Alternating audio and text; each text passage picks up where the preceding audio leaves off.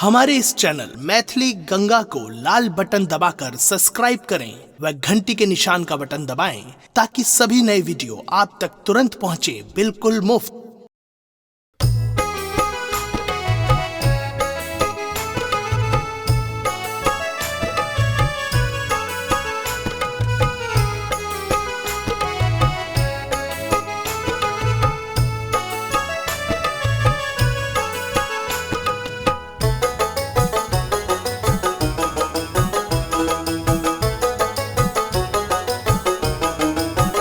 हो देवी मैया की महिमा अपार, जग भर के ने जनैया।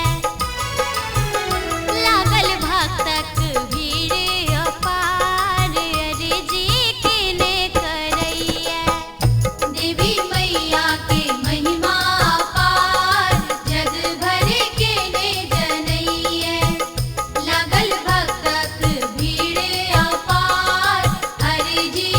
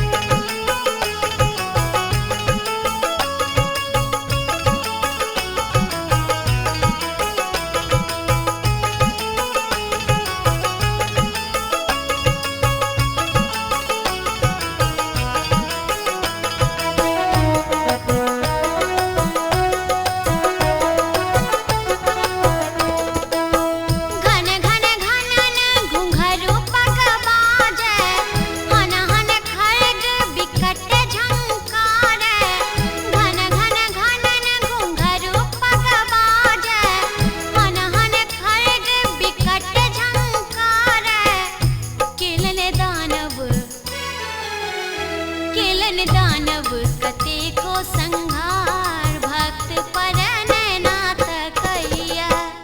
देवी मैया के महिमा अपार, जग भर के ने जनैया।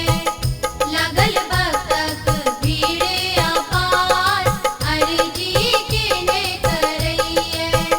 देवी मैया के महिमा अपार, जग भर के ने जनैया।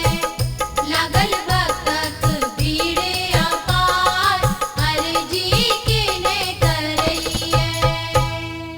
हमारे इस चैनल मैथिली गंगा को लाल बटन दबाकर सब्सक्राइब करें व घंटी के निशान का बटन दबाएं ताकि सभी नए वीडियो आप तक तुरंत पहुंचे बिल्कुल मुफ्त।